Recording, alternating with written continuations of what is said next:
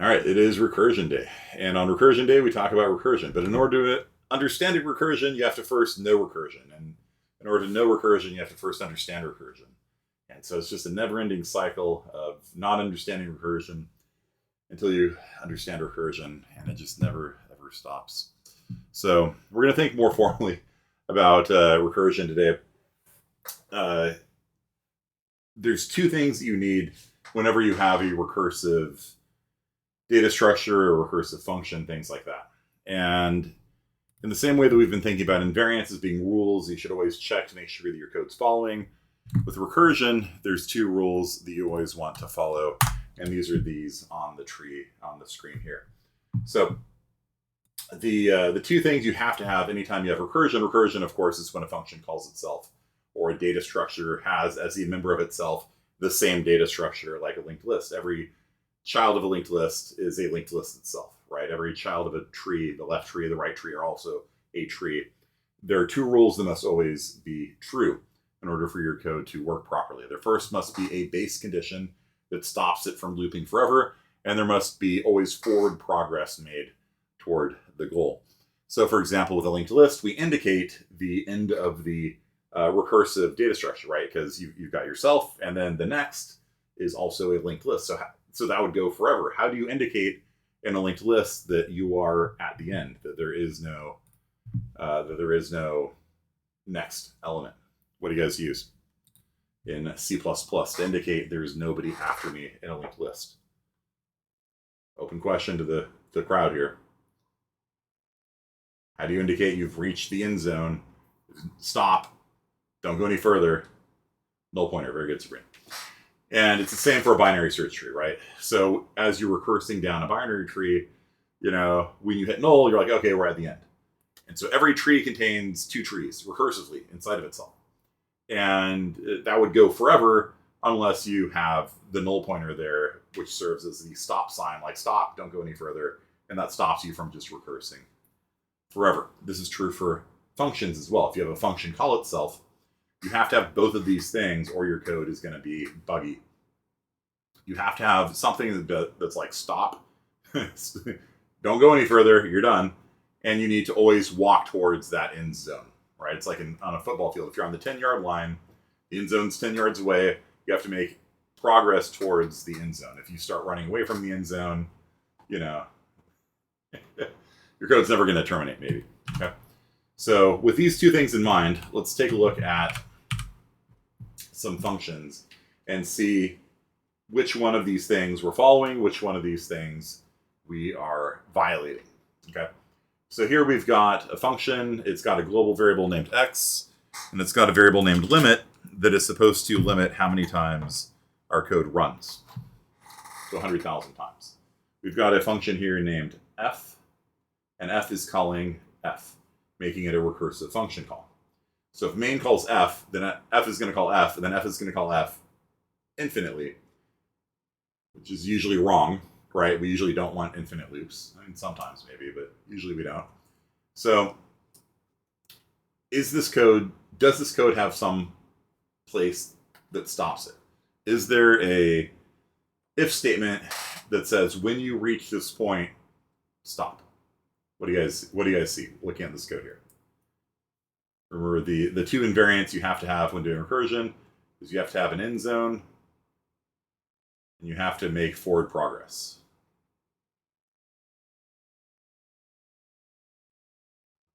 Towards the end zone. Yep. There is an end zone. Yes, very good. So the end zone is right here, what I call the end zone, right?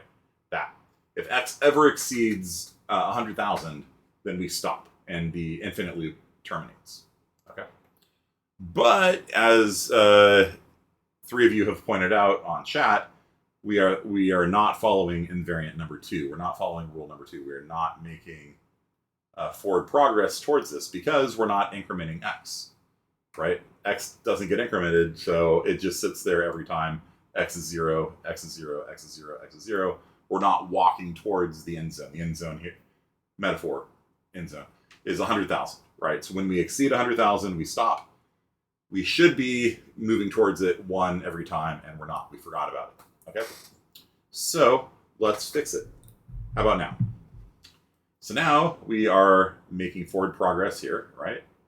We have the end zone here. So this is rule 1. This is rule 2. Is our code correct? Pause for a second. All right, yeah, the code will stop, but there is a problem with it. And the problem is we have an off by 1 error. So it's a little bit more subtle than missing 1 or 2. If we wanted the limit to be like 1, print hello world once. What you'll see here is when you call it for the first time, it prints hello world. It pre-increments 1, so that's 1 is 1 greater than 1, no. So then it goes and calls itself again a second time. It prints out hello world twice, and so we have an off by 1. So we could either fix that by making this greater than or equal to, or we could fix it by moving the if statement up to here. Either way, it would fix it, and the code would be correct. But you guys are correct on chat. This does, in fact, have the end zone, and it moves towards it.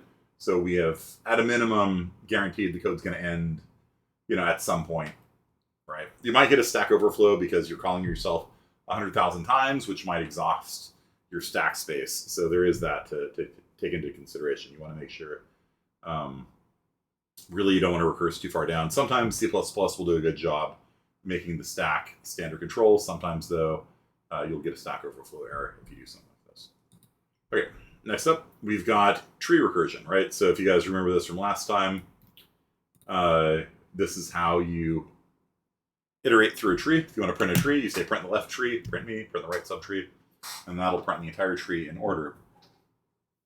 Does this code have the 2 requirements for being a correct recursive algorithm? What do you guys think? All right, no, this code is wrong. So the code here is incorrect because we are not stopping ever, right? We're going to go DFS, right? DFS is going to call DFS, which is going to call DFS, which is going to call DFS. Should be called DFS. It's just an infinite loop right there. There's no terminating condition, right? We need a check for null pointer. Every time you work with a pointer, first thing you do is check for null pointer. Okay? And we are not checking to see if n is null. So this is an infinite loop. It'll run right off the, it's just going to go down to the left until it hits a null pointer in segments. This code is wrong. All right? How about now?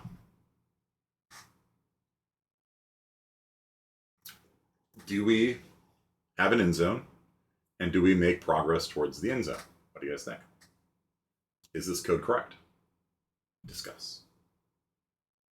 So, this code is actually correct because what will happen if you have a,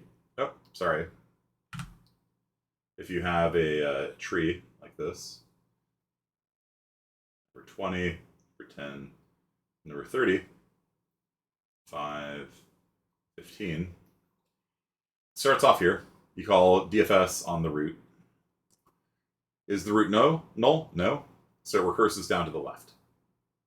Is that null? No. It recurses down to the left. Is that null? No. It recurses down to the left. Is that null? Yes. Then it returns.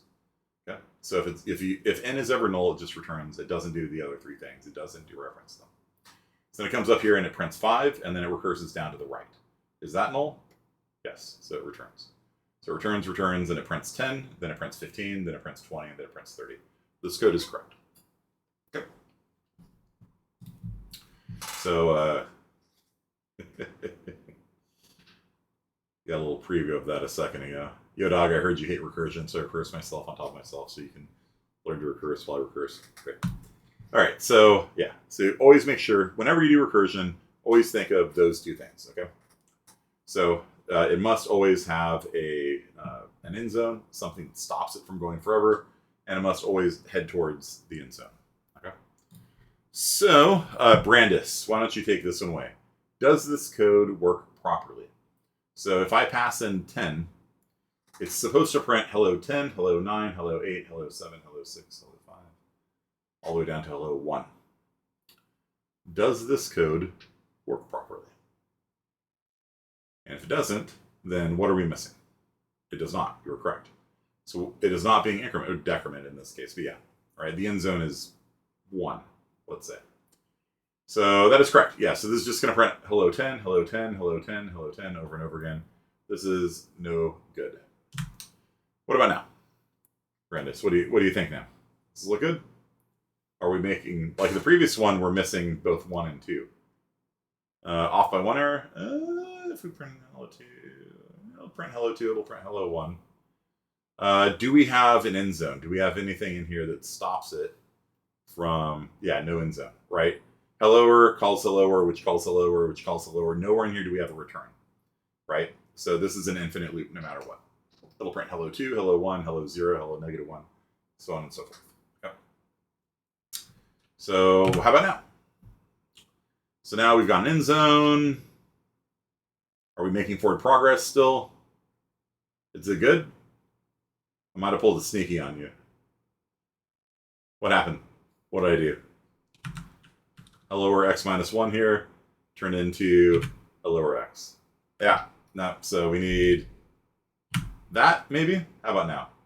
Now we've got an x minus minus right here, right?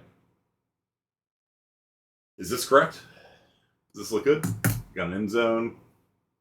We're always heading towards the end zone. What do you think? Megan gives it the thumbs down of death in the gladiatorial arena. Wouldn't that just see out the 1 under x? It will. So if you put 2 in here, 2 is not 0, so it doesn't return. It'll print hello 2, and then the decrement happens after the line of code. So this will actually print hello 2, hello 1, and then return. This is like playing whack-a-mole. I know, right? It's fun. It's fun. But James Hernandez has it correct. The code is wrong if you pass in a negative number. If you pass in -1, now you're running away from the end zone instead of running towards the end zone. So it's going to print. So it'll print hello -1, hello -2, hello -3, all the way down to hello -2.1 billion. Then it'll underflow back up to hello 2.1 billion and go all the way back down to hello 2, hello 1, and 0. It'll terminate technically. It'll probably stack overflow before that. And it's wrong also. Like it shouldn't print hello 4.2 billion when you pass in -1. But it's better than what we had before, at least. All right. So this code here is better. What about this code? So how would we fix this, by the way? How would we fix this? The x is equal to 0. What should that be instead of x is double equal to 0?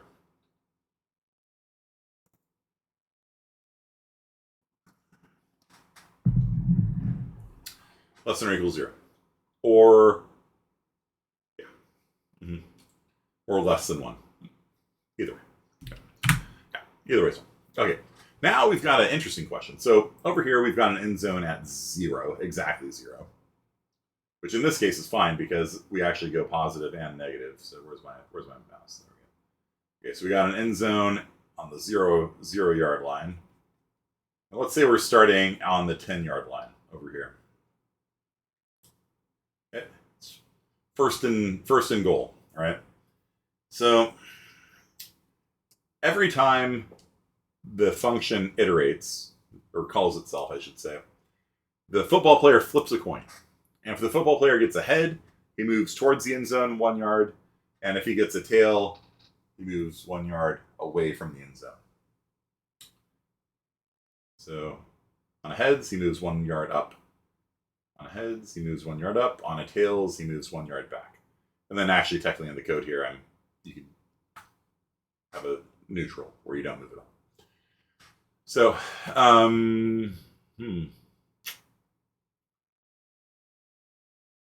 will this code terminate? We got an end zone. I'll give you that one. We got something that'll stop it from recursing.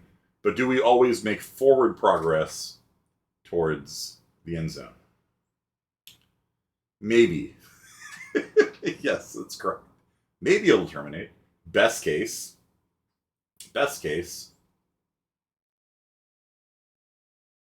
it ends in end steps, right? You just keep getting heads over and over again.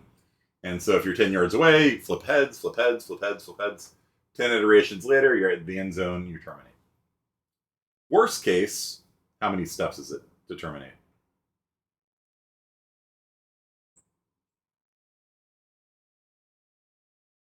Never, yeah.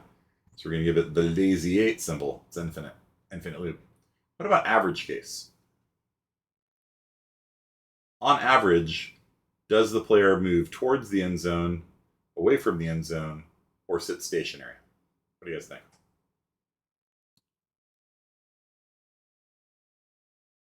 On average, he doesn't move at all. Yeah. Probably stationary. Yeah. On average, the player does not move. Right? So I keep hitting the button on this. Okay. On average, it is an infinite loop, which is not what you want to see. So this is kind of a weird algorithm, right? Where you've got a best case time that's like pretty good, a worst case time that's infinite, and an average time that's also infinite. This does not fill me with confidence. If I was the senior engineer handed this code by the juniors, like, well, maybe it'll finish. I don't know. Maybe it will. If you're lucky. If you're lucky, it'll finish. On average, it'll be infinite. Yeah, I'd be like, nah. You guys understand this does not make inexorable forward progress. Okay, it doesn't always have to move forwards. In fact, with this one here, actually,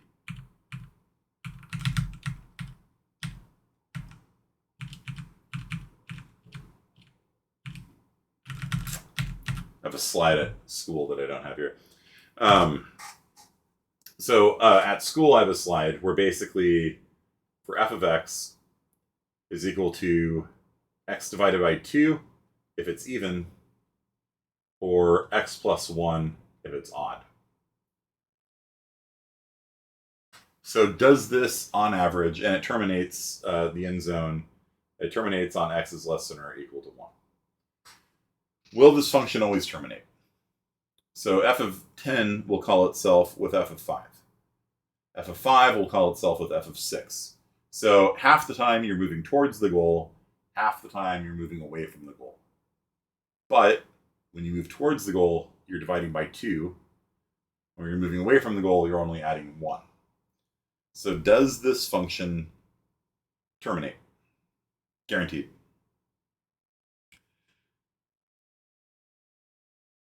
So if we passed in like 11, right? So f of 11 would call, let's see if I can write this down. So f of 11 would call f of 12. F of 12 would call f of 6. F of 6 would call f of 3. F of 3 would call f of 4. F of 4 would call f of 2. F of 2 would call f of 1, and it terminates because the end zone is 1 or less. Good. You don't think it ends? Half the time we're moving towards it, half the time we're moving away from it. But when we move towards it, we're moving a lot more than when we move away from it. Okay? So it will, on average, move closer. So this is kind of like one of those tricky things you have to kind of like think about. This is like a grad school recursion problem, maybe. I don't know. I remember getting things like this in grad school. Like, all right, well, some of the time it goes towards the base condition, some of the time it moves away. On average, is it closer or further away? What if we're flipping a coin and 3 of the outcomes are for it and 1 is further away from it? Like, okay, on average it's moving towards it, but you can still get unlucky. Is it possible for you to just get unlucky with this? What do you guys think? And just have it never terminate. If x had to equal 0, it wouldn't terminate if x had to equal 0. That's correct. Because the best you can do is dividing by 2, and you're at 2, and that gives you 1. It'll never go from 1 to 0. Right? That's why the end zone's at 1 instead of 0. So this code actually is guaranteed to terminate. Because you can never step away from it twice in a row. Because an odd number plus 1 is an even number, right? So if you're at 21, 21 plus 1 is 22. So you moved away 1, and then you lose 11. Now you're at 11. You had 1, you're 1 further away, 12, and now you're 6 closer. So each time you step 1 away, you're actually going to move back towards the end zone further the next time. So if you're at 101, you move to 102, then you move 51 towards the end zone. And so the running time of this is actually kind of an interesting thing. The running time is actually order log n. Like that. Because think about it, if you're like at 16, you move to 8, to 4, to 2, to 1. Anytime you do repeated division like that, it's going to be an order log something. Log base 2, because we're dividing by 2 every time. So anytime you have like repeated divisions like that, it's going to be a log kind of thing. And you might be like, but doesn't it move away some of the time? Yeah, worst case, it moves away half the time. So the worst case, it would be 2 times the log in, 2 base log base 2 of n, which is still a log in. Okay. So this is an order log in algorithm. It's kind of interesting. To like think about that kind of stuff. This is more like junior level stuff, than you need to worry about exactly right now. But it's kind of fun to think about. All right, what about this? We got a Fibonacci sequence. So each element of the Fibonacci sequence, like this is element 0, 1, 2, 3, 4, 5. So element 5 of the Fibonacci sequence is equal to the sum of Fibonacci of 4 and the Fibonacci of 3. So each element is equal to the sum of the 2 previous ones. Does this code always move? Does it have an endzone? Yes or no? And does it move towards the endzone inevitably? Yes or no? Answers on chat now. I'll pause the stream. Does it have an endzone?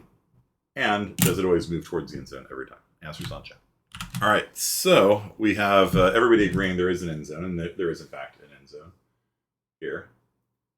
However, I got y'all where you say you always make forward progress to it.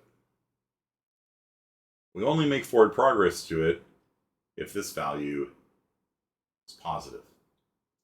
If we pass in the fibber of -5, it's going to go away from the endzone forever. Half of all numbers are negative, right? Roughly. Yeah, exactly. Half of all integers are negative. So, yeah, our code is correct for half the numbers. For the other half, And then there's other issues here. The big O running time of this is not good, because every time the function calls itself, it calls itself twice. So this is an order 2n algorithm, roughly. So if the Fibonacci of 100 calls the Fibonacci of 99 and 98, the Fibonacci of 99 calls Fibonacci of 98 and 97, Fibonacci of 98 calls 97 and 96. Each time you call the function, it calls the one smaller than itself twice. Each one of those calls 2. Each one of those calls 2. Each one of those calls 2. So you will run into like heat death of the universe before you can compute 10, 100 Fibonacci numbers. In fact, even like 60 is probably like beyond the capacity of your machine. If you just used a for loop, you could do 60 like that, right? It's the difference between order 2 to the n and order n. There's a pretty big difference between this. And for whatever reason, people always use either Fibonacci or exponentials when talking about recursive functions, right? An exponential is 1 times 2 times 3 times 4, right? Because you can always rewrite it recursively, right? So 5 exponential is the same thing as 5 times 4 exponential, right? So n factorial, not exponential, factorial, sorry. N factorial is equal to n times n minus 1 factorial, right? So it's a recursive relationship. And so people will write the factorial function recursively. It's always factorial or Fibonacci. It's just required by law that those are the 2 functions we ever only use when doing recursive functions. But you got to be careful. You got to make sure that your endzone here is like this, right? Less than or equal to 1 and return 1. Okay. Does this look good to you? Take a moment. How does this code look? What do you think? So it's handling negative numbers now. And the objection was raised, like, probably it should throw an exception if you say, what's the Fibonacci and index -5 out of bounds, kind of thing. I don't care. At least the code's like, there you go, the answer's 1. I don't know. That's fine. So we've got an endzone, and we're making forward progress towards it. This code's correct. It's got the same issue where it's order 2 to the n, which is not good. It's also got an integer overflow problem where this will overflow very rapidly. Like, before you even run into the problem with it slowing down because you're doing double the work every time, your number is going to overflow, right? The Fibonacci sequence very quickly exceeds 2.1 billion, and it overflows. But from a recursion standpoint, that's kind of a detail. this code is at least correct from the Fibonacci recursive relation here is correct, where it calls itself twice. Okay. So to guarantee that an algorithm is correct, you have to show that it for all possible input. And this is actually something that, like on this slide here, you know, a lot of you, everyone, nobody thought of the negative numbers, right? This was actually one of the reasons why I enjoyed CSI 26 so much at UC San Diego, even though there was no coding in it. And I didn't like that. I didn't like the fact there was no coding. It actually made me a much better programmer because I started thinking more rigorously and more systematically about my code, because we'd have to prove that our code was correct for all integers, not just positive ones. We'd have to prove that it was true that it would work for positive numbers, for 0, and for negative numbers. And I'd always forget about the negative numbers when I was writing code like this. You know, it's a very common mistake that new programmers make. It's like they see integer and they think 10, right, as an example, and they don't think negative 10 very often. So that training and just rigorously proving your code works for every possible integer was actually really good, a really good experience for me. So yeah, so you have to say for all possible input, your code will move towards the end zone and then terminate. Okay, with the right answer. So the CSI 26 class, it's going to be taught in the fall here. I'm not going to be teaching it. I'm going on sabbatical. So I can't tell you if the other professor is going to have you guys programming or not. I know Min Curley has been talking about having some sort of like programming sessions, like even if it's all theory for discrete math. I do know who the professor will be. Yeah. Megan's 26 didn't have code. I think one of my other students is taking 26 at Reedley right now. I don't think it has code. I don't know. I don't recall. You have no idea why you responded to that comment? Oh, assuming an intervention. That's funny. Yes, the guy who is teaching 26 in the fall is the guy who wrote most of these iBooks questions for you guys in 40. So, Wadden is teaching 45 in the fall, but I've got an adjunct teaching 26. So he lives in San Diego. It'll be online, fully remote. And he's the guy that wrote most of the questions for your textbook last semester. So your 26 didn't have code either. Yeah, it's very common. But I always like doing coding. For one thing, just staying in practice is really important. And also I found that when you're like coding the things you're learning, you kind of learn them better. Like it's one thing to like learn about linked lists, and then it's another thing to write a linked list. You know what I mean? Like I think you guys have all felt this, right? Like, oh, okay, I understand. We have a pointer and we go down the list and double all the values, you know. But then when you get down to like, okay, this pointer needs to point here and this pointer needs to point here, you're like, it's like the conspiracy theory guy with like strings everywhere on the board, you know. So I feel like it makes it a lot more concrete in your brain when you actually code something. Yeah, that's just me. Okay, so let's talk about one of the most famous uses of recursion, and that is for merge sort. So merge sort almost feels like magic to me, at least the first time I understood it. Because the program is this. If you have a vector that's got like 100 numbers in it, you want to sort it, at least the smallest. Would have been perfectly happy never coding a linked list from scratch. Yeah, in professional practice, it's fairly rare for people to actually code a linked list from scratch these days. But that practice that you get with pointers, it's kind of useful. You know, having that kind of confidence and capability at being able to new things and copy pointers around and stuff like that. It's good for you. It's like eating broccoli. You know, you eat broccoli once and then you're done with it. Okay, so merge sort. Merge sort has a base condition, the end zone. If you sort an array of size 1, is it sorted? Yes or no? What do you guys think? Like if I give you a vector that just has the number 20 in it, is it sorted? Yeah, we're done. Right? So like, okay, cool. A vector of size 0 is also sorted, right? Okay. It's an empty vector. return. You know, you give me a vector of size 1, all right, return. That's the base condition, okay? Because what merge sort does, if you've got a vector that has 100 elements in it, you want them sorted, it splits the array into the left half and the right half. The left half has 50 elements, the right half has 50 elements. And then it recursively calls itself on the 50. And then it's got two 25s. And then each of the 25s become 12s and 13s, you know, depending on how it rounds up and down. And so it splits and it splits and it splits and it splits and it splits all the way down to 1s or 0s, depending on how it rounds. And then the magic happens. It merges. It's not really magic. It merges all of the vectors together. Now that the left half has been sorted and the right half has been sorted, you can merge together two sorted series of numbers very quickly. So like here you can see 2, 4, 5, 6, right? That's vector 1. It's the left half. Here we got 1, 2, 3, 6. So if you want to merge two different vectors, all you have to do is look at the smallest number, right? And they're like, okay, 1. And put a 1 up here. All right, 2. Put a 2 up here. And then these pointers just kind of move to the right. Okay, 2. Put a 2 up here. Oh, sorry. 3. Put a 3 up here. 4. Put a 4 up here. You see, you never have to compare anything more than the first element in both vectors. You just kind of run down the line, copying them together in a merged array. And then that's it.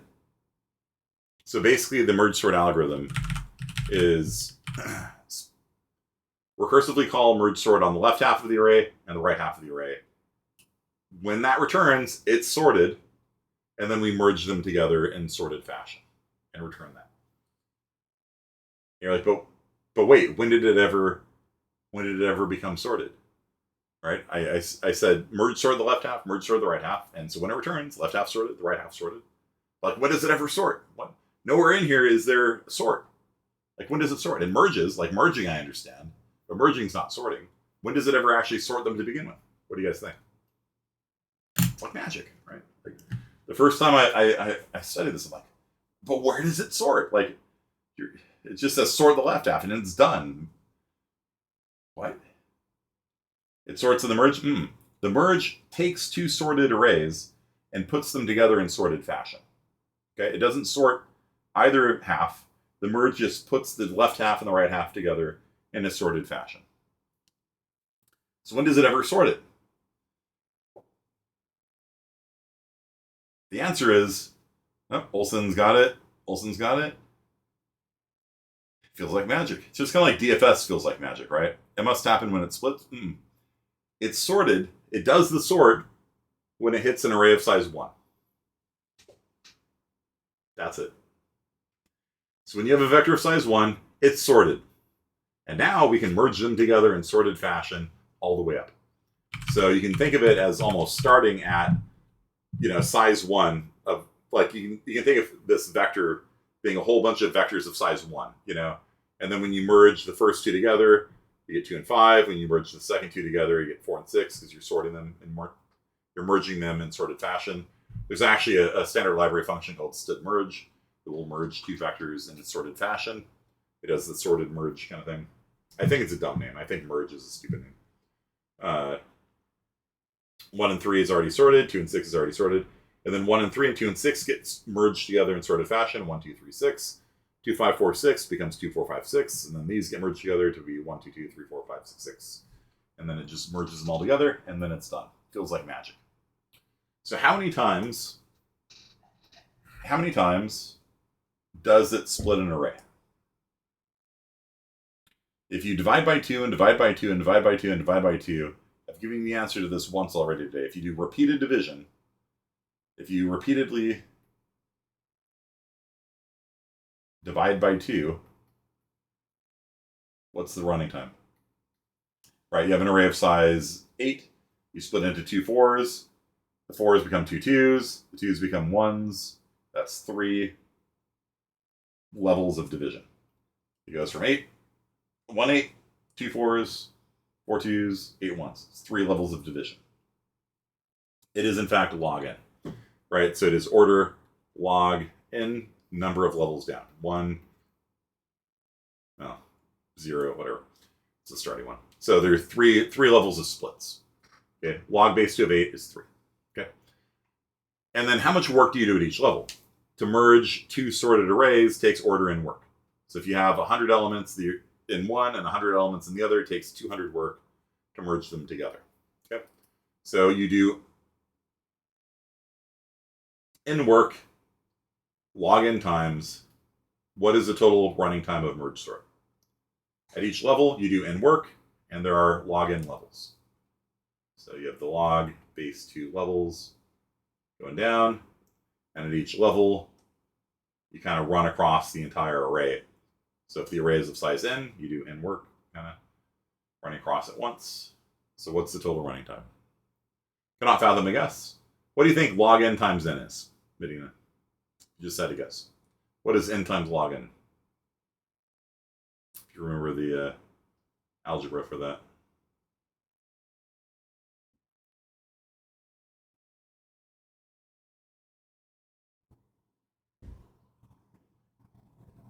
N squared?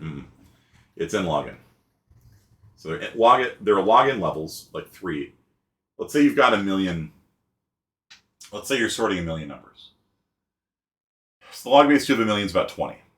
So 20 levels down of splitting. And at each one of those levels, you're doing 1 million operations. So the total amount of work is 20 million. Because there's 20 levels down, and at each level, you're running across the whole thing once. So that is 1 million work 20 times. So it's n log n is the answer. And so the provably fastest sorting algorithm, there's a couple caveats on that. The provably fastest way you can sort random data is order n log n time. This is a provably optimal algorithm. Okay. There's a couple other ones. There's heap sort is also order n log n. Quick sort has a worst case time of n squared, but in reality, I think they've fixed it by now to be order n log n, guaranteed worst case time. What other ones are there? There's a couple ways you can go faster though than order n log n. Like how many people here know Stalin sort? 1, 3, 7, 5, 2, 9, 6, 3, 7. You guys know Stalin sort? You delete anything that's not in order. That is correct. So 1, that's in order. 3, that's in order. 7, that's in order. Oh, 5's not. Goodbye. 2, not allowed. Goodbye. 9, you're in order. 6, nope. 3, nope. 7, straight to gulag. So now that we have Stalin sorted it, we have 1, 3, 7, 9. You do lose some data. And in fact, you lose, on a large amount of data, you're going to lose 90. It depends how big. But like for like 1 million elements, it usually ends up with about like 15 people left. Something like that. So Stalin sort executes almost everybody. Because all you need is one randomly like large number. Then everybody else after that gets deleted. Right? So you do lose some data, but it's very fast. This is a Stalin sort is order n, right? It's a joke. It's not a real thing. Okay, so that's basically what we got. Yeah, if you want to look at the code for it, something like this. So if the size of the vector is less than or equal to 1, you just return sorted. You can copy one vector into another vector using a pair of iterators. So here we're copying from the original vector to halfway across. So you see it's going from vector.begin to vector.begin plus vector.size up divided by 2. So that's going to copy the left half into the vector name known as left half. We do the same for right half. We recursively call sort the left half, sort the right half, and then after the left half and the right half are done, we merge them together using std merge. And that's it. Pretty easy to implement sorting algorithm. It's not hard. It's provably fast. It's fun. It's kind of hurts your brain a little bit. because like, when does it sort? You know. All right, so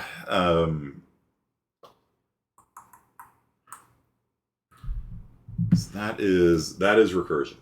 Okay, and the best way to learn recursion is just to do recursion. Okay, so just sit there and write functions that call themselves and make sure that you understand the two requirements. It'll stop and it'll always make progress to it. The thing is, like some languages, they use recursion. They don't use for loops at all. So you actually learn recursion as a natural phenomenon. That's really pretty. I didn't even know it did this. Pretty cool. So to a lot of students that like learn Lisp and things like that as their first language, to them, recursion's just natural. For loops are weird and scary. So I find for loops, oh, that's cool. It goes behind the mountain. I find for loops a lot more intuitive than recursion, but like I said, I've met people that just have trouble with for loops and like recursion a lot.